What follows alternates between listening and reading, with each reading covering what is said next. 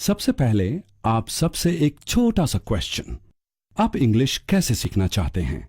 अपने तरीके से, अपनी शर्तों पर। क्या आपको पता है कि एक अनुमान के अनुसार अंग्रेजी बोलने वाले भारतीय अंग्रेजी नहीं बोलने वाले भारतीयों से सालाना 2 लाख से ज्यादा कमाते हैं? सिर्फ अंग्रेजी बोलने की क्षमता के कारण एक सुरक्षाकर्मी जैसे मामूली कर्मचारी की कमाई 3 गुना बढ़ जाती है ना यह कमाल की बात? हम इंग्लिश लर्निंग की शुरुआत करते हैं, तो शुरू करते हैं। पहला है A for एप्पल। एप्पल दुनिया का सबसे मशहूर फल है। यह बहुत हेल्थी होता है। सुना है ना, an apple a day keeps the doctor away.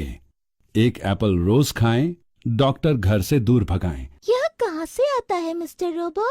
Apple एक 6 से 15 फीट के पेड़ पर लगते हैं। एप्पल के पेड़ ठंडे क्लाइमेट में उगते हैं। चीन अकेला दुनिया के लगभग आधे एप्पल्स पैदा करता है। हमारे देश में सबसे ज्यादा एप्पल्स हिमाचल प्रदेश में पैदा होते हैं। बी के बाद क्या आया? सी के बाद? D for doll. और डी के बाद? और ई फॉर एलिफेंट। बहुत खूब, अब समझ गए। हाँ मिस्टर रोबो। अब आगे बढ़ते हैं। अगली लाइन शुरू होती है आई फॉर इंडिया से।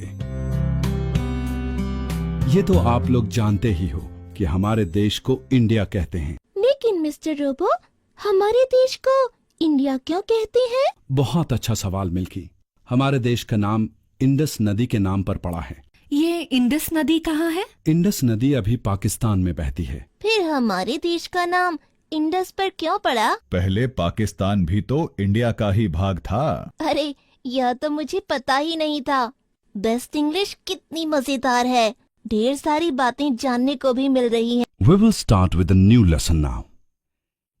इंग्लिश अथवा किसी भी भाषा के लेटर्स को उनके प्रोनाउंसिएशन के आधार पर 2 भागों में डिवाइड किया गया है, वावल एंड कॉन्सोनेंट।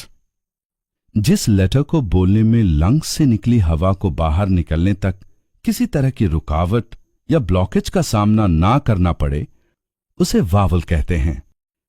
इंग्लिश के वावल्स हैं ए, ई, आई, ओ और यू।